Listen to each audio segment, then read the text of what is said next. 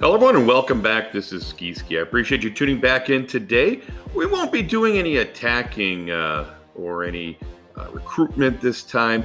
I thought I'd sit down and talk to you about my makeup of my teams. Everyone does their teams differently.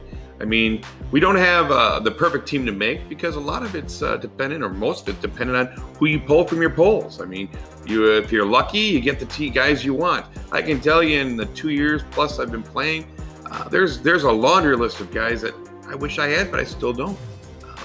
Hero Academy does help. The last few days I've had a lot of discussions. There's a few YouTuber viewers that left some nice comments. We have good conversations about how we make our teams and who we use and what we do with our guys that are sitting on the bench. I mean, I spend a lot of my time on war. I enjoy that aspect of the game. There's other parts of Empires and Puzzles, but for me, it's that's where I focus a lot. I want to make sure I have 5 to 6 solid teams. Mine are pre-made.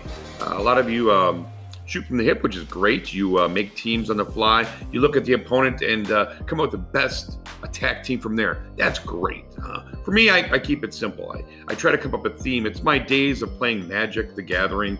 I used to make pre-made decks. The group we play with, we'd have different themes in these decks, and then decks would be chosen randomly.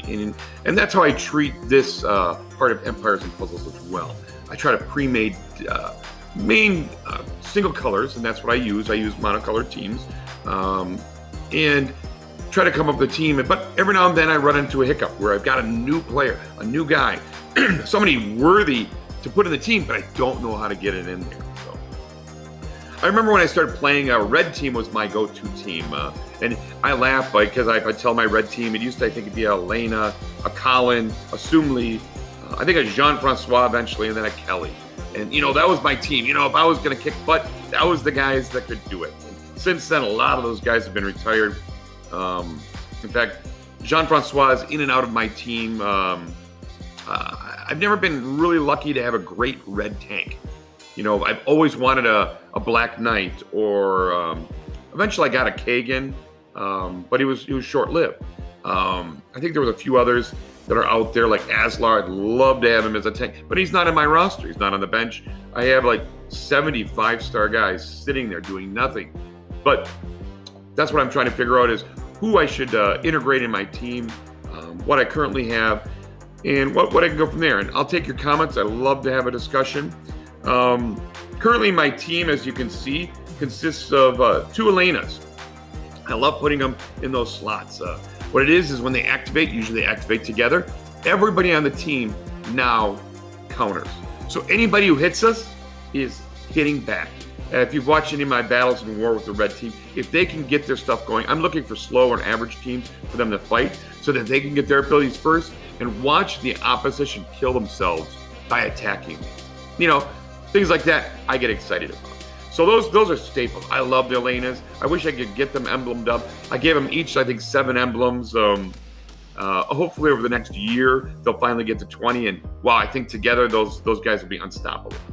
Then it was, what do I fill in the gaps? I had Jean-Francois. I had Kagan. I kept Jean-Francois in there for the fact that he's fast. There's not a lot of fast red guys. And I thought, keep him in there. He does a little bit of burn, but then he does a weird thing with his ailments and stuff like that. And I thought he'd be good for defensive part of the red team. And then Elizabeth came along. I'm like, wow. And she was supposed to get my next level up. I was all gung-ho. Her ability to stall the opposition from healing, putting those fiends out, they do a little bit of damage. She does a little bit of hit. She was like a little bit of everything. And I thought, wow, that's a great help to my attack team. Get the counter going, get the burn going with Jean-Francois, and then having her stall the opposition from healing, and then doing little bits of damage here and there. And Kagan used to be the center guy because I needed somebody that could be hitting, and it worked out well. He was doing great. I didn't level him up. He was the same. He's only up 3 levels, just like Elizabeth is. But then all of a sudden, Nadezhda showed up, and I'm like, I didn't have a healer. I'm like, wow, she's a healer resurrector. Wow, that's something I definitely want on my red team. So I focused on her, got her leveled up, and I actually granted her my first limit break in red. And I'm very excited about that. I think that was a good choice. She sits in the tank position right now. She's great on my defense team when I have my rainbow colored defense team. Her and Hemdahl work together. They're healing, they're resurrecting, and it becomes a nuisance if you've ever got to fight them together with some other attackers. But so what I'm thinking is, I want to show you what I'm up against. I don't know. I'm not a big fan of Jean-Francois, and I didn't know if there's somebody who can replace him, or what your thoughts are. I don't have a big reserve of characters like others do, but I have some, and I thought I'd run them past you. I currently have on my bench that's not doing anything. I have Noir. She's a minion creator. She's slow. She creates minions from everyone, but her nice thing is, and again, eventually when I get her leveled up all the way, I think she's on level 3 as well. She grants a minion to everyone. They give 30% to hit points and 30% attack. So it's an attacking minion. What's the good thing about hers is when her sparrows when her minions attack her sparrows, they destroy all minions of that person. So if it's a war bonus of minions, definitely something to think about. So she does give an elemental link to all fire allies, which again, I'm a solid colored red team, and she gives 30% defense against special skills before turn. So I haven't found anything to say, ooh, I've got to have her and put her in. So she sits there just waiting. Red Hood is almost similar. She's an average, a little bit better than slow. She's a minion creator for all allies. 14% hit points, but she grants health. Again, for a while there, I thought, oh, maybe that's my cure for not having health for the longest time. She gives 7% health to all its owners of minions, and she grants a minion to each ally. Minions also protect its owner from mana reduction. So again, not the worst thing. But again, it's taking up a slot. It's not attacking, other than the minions are healing life for you. I haven't found a perfect slot for that either, so she sits on the bench. Next one would be Anzod. He's average. He was pretty good. He would do a moderate or middle level of a damage to all enemies, and does healing to each enemy about 20% of total damage dealt. Boy, if it was more than 20%, he'd be definitely a guy. I put him out there for a while.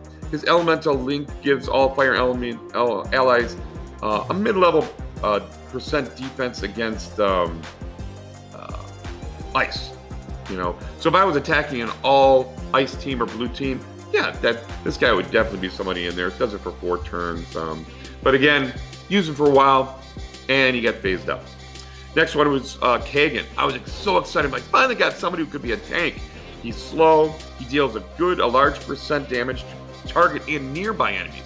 Usually it's target gets a full attack, nearby enemies get small, but he does to 3 people, which is pretty good because he's doing a large percent. He's almost the level of what like a kill hair would be. He also does the caster nearby enemies or allies. Caster nearby allies get 20 for like a small percentage mana generation, and then they get a large percent defense for 5 turns each on those. So I used them. I'm very excited. I still have them, but it just seemed like when Nadezhda showed up, I didn't have a place for them. So I love having the double Elenas with the counters. Next person on the bench is Yang Mei. She's fast. She deals a large percentage to a target. Has 50% chance for additional hits, up to 4 hits, minor damage to other enemies.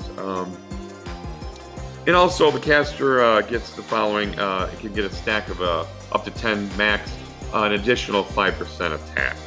If I had many of her, multiple hers, Yang Mei's, that's where I'd probably do it because they could stack up each other. I didn't even level her up. I got excited when I got her, and then I'm like, I don't know what to do with her. For what I've got my red team, the guys I currently have, I don't know how to fit her in. Other than I'm excited that she's fast and she deals a large percent. I don't like the ones that are so random. It's like, they might or might not do this. And, I've had a lot of those up to that point. So next one I have in the list is Russell. I have 3 of him. He was a legend. He's a legendary. He's the one I'm most excited about. And I'm trying to think, boy, should I try to get 2 of these guys up there? Russell's special skill is he never misses. So it doesn't matter what the opposition has for trying to get you to miss your special skill. He's dealing a large percentage to a target, and it's going to hit. I mean, think about that. If you've got 2 of those, I could make a red assassin team with Russell's. I mean, man, if you had 2 of them out there, the only thing I would conflict would be he does also give a small amount of burn to the target nearby enemies over the next 3 turns and stuff. And that's not bad. I mean, it's one of those hit them hard, and then for 3 turns you get a little bit of burn, a little burn, a little burn, stuff like that. And then Elemental Link, it gives 3% increase to all fire allies for 4 turns. Again, I love that. This is the guy that I'm most excited about, but I don't know how to incorporate. Do I put in, when I get 2 of them up, do I put 2 Elenas, 2 of him, and Nadezhda? I don't know. What happens to Elizabeth? What happens to Jean-Francois? It's one of these where you might be able to rotate guys in and out, depending on the opposition. Depends if they have minions. Depends if they have a lot of healers, maybe. Or if they have a lot of guys granting ailments to us, where maybe Jean-Francois would be a better person for that. So with that, a few more guys. And the last one that I just got from the Tower Poles, the Ninja Garnet. Her special skills are exactly what I was looking for red. I needed a solid red healer. Nadezhda's fantastic. She's a resurrector and a healer. But Garnet, she's one of those with charges. She has 1, 2, and 3 charges. The first charge is a boost health. It does a small amount of percentage health increase to all enemies.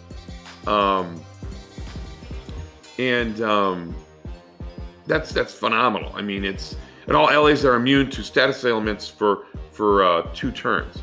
Next, the second boost is a mid-level percentage health increase to all enemies, and then immunity to new status ailments for 3 turns. And then the last one is a large percentage health increase. And these health increases are kind of is exactly like Hemdall's and a few others, that if they go past their level, their top level, they can exceed up to 2 times their life. I love that. If I get a second Garnet in there, it would be like the 2 Hemdalls I have. I mean, my green team, my big green team, if you've seen it in action, it can last a long time as long as I get a moderate amount of green tiles, because they keep on healing. My health will go almost, to 3,000s, almost 4,000s because of that special ability. So I'm so excited about her, and I definitely got to get her and Russell's moving, but I don't know which one first, and I was going to reach out and ask her opinion. Or do I go backwards? I've got, my guys, I used to have Sung Lee and Colin on the team as well at a given time. And I used to love Sung Lee would deal a mid-level of damage. But if you got every character or opposition guy that would be dead enemy, you get 70% more attack. So, once you get 1 or 2, 3 guys down, boom, Sung Lee is then, boom, you're really hitting hard, but he has 80% accuracy.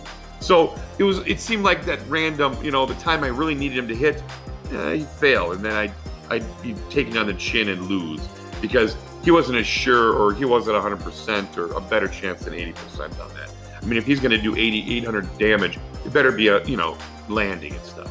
And for those vital times, he'd fail, and then he went to the bench. Another person I had on there is Colin. Colin was on my bread team for at least a year. He was part of the solid, attacking and making sure he's doing that damage. And I loved him. He did a mid-level of attacking of burn over 6 turns. He did damage to all the enemies.